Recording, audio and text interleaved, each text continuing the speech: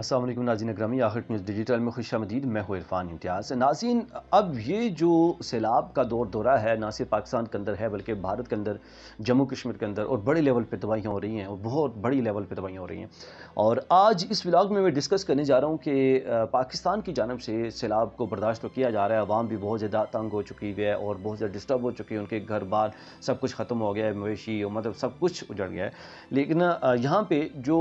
मैं कंपैरिजन करने लगा हूँ कि पाकिस्तान की जो गवर्नमेंट के पास वसाइल हैं, जो इंडिया की गवर्नमेंट के पास वसाइल हैं, अब वसाइल का भी जो दुरुस्त इस्तेमाल है वो भी बहुत ज़रूरी होता है कि अगर आप दुरुस्त इस्तेमाल ना करें तो आप उस तरह से लोगों को फैसिलिटेट नहीं कर सकते, मुस्तफ़ीद नहीं कर सके। मैं इस वीडियो में डिस्कस करने लगा हूँ इस व्लॉग में कि आप मेरे राइट साइड पे ये आप देख सकते हैं कि वीडियो के अंदर के किस तरह से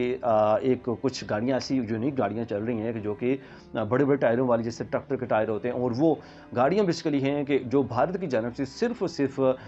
जो ऐसे फ्लड में फंसे लोग हैं, जो सैलाब में फंसे लोग हैं, उनको रेस्क्यू करने के लिए, उनको बचाने के लिए स्पेशल डिज़ाइन की गई हैं। और ये ऐसी गाड़ियाँ जो कि पानी के ऊपर बआसानी तैरती हैं। आप जैसे देख सकते हैं कि इनको कैसे एक एक एक करके वन बाई वन जो है ना वो गाड़ियों को पानी के अंदर छोड़ा जा रहा है और वो लेकर जा रहे हैं ड्राइवर, तो कैसे वो ज़बरदस्त तरीके से चल रही हैं और इस तरह से लोगों को जो है ना वो रेस्क्यू किया जा रहा है। लेकिन पाकिस्तान के पास बोट्स भी ठीक तरीके से जो है ना अवेलेबल नहीं है और मतलब ये हालात हैं। एक ही बेल्ट है कि बर-ए-आज़म है और दो मुख्तलिफ रुख हैं। आप इस तरह से अंदाज़ा लगा सकते हैं कि हमारे पास क्या मतलब किस हद तक हम लोग जो है ना वो क्या किया हमने, मतलब क्या डेवलपमेंट किया यार। आप इस सैलाब के लिए आप बंदोबस्त नहीं कर सके, आप डैम जहाँ पर नहीं बना सके, कितने अच्छे से आप डैम बस वो बहाने बनाए जा रहे हैं यार। अब मुसीबत आन पड़ी है तब आपको अंदाज़ा हो रहा है कि आप डैम बनाएंगे या बनाएंगे, अब अभी पता नहीं है। जब ये सिलसिला रुक जाएगा, सैलाब ख़त्म हो जाएगा, चीज़ें नॉर्मल हो जाएंगी तो फिर बोल जाएंगे। मतलब ये हमारा अलमिया है ना, हम लोग बेसिकली ओवरऑल बतौर कौम ही सुस्त हैं। मतलब 3-4 दिन चीज़ें जब तक चलती हैं सब एक्टिव होते हैं, जब ख़त्म हो जाती हैं तो ख़त्म सब भूल जाते हैं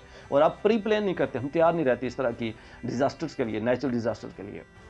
ये वीडियो आप देख सकते हैं कि आपने मतलब किस तरह की ये गाड़ियाँ जो है वो यूज़ की जा रही हैं और ये गाड़ियाँ इस वीडियो के अंदर आप देख सकते हैं वन बाई वन 3-4 गाड़ियाँ जो कि छोड़ी जा रही हैं और फिर ये गाड़ियाँ जा रही हैं लोगों को सैलाब से बचाने के लिए। लेकिन पाकिस्तान के अंदर वही बोट्स हैं तो वो भी अवेलेबल नहीं है और मुतअद्दिद इलाके ऐसे हैं पंजाब के जहाँ पे सबसे ज़्यादा मुतासर हुआ ये पंजाब, तो वहाँ पर लोगों के पास कश्तियाँ अवेलेबल नहीं हैं, लोगों के पास वसाइल अवेलेबल नहीं है और इवन के कई लोगों की मुतासिर की जानब से कहा जा रहा है कि गवर्नमेंट का कोई बंदा तक, कोई नुमाइंदा तक नहीं पहुँचा और वहाँ पर जाके उनकी जो है ना वो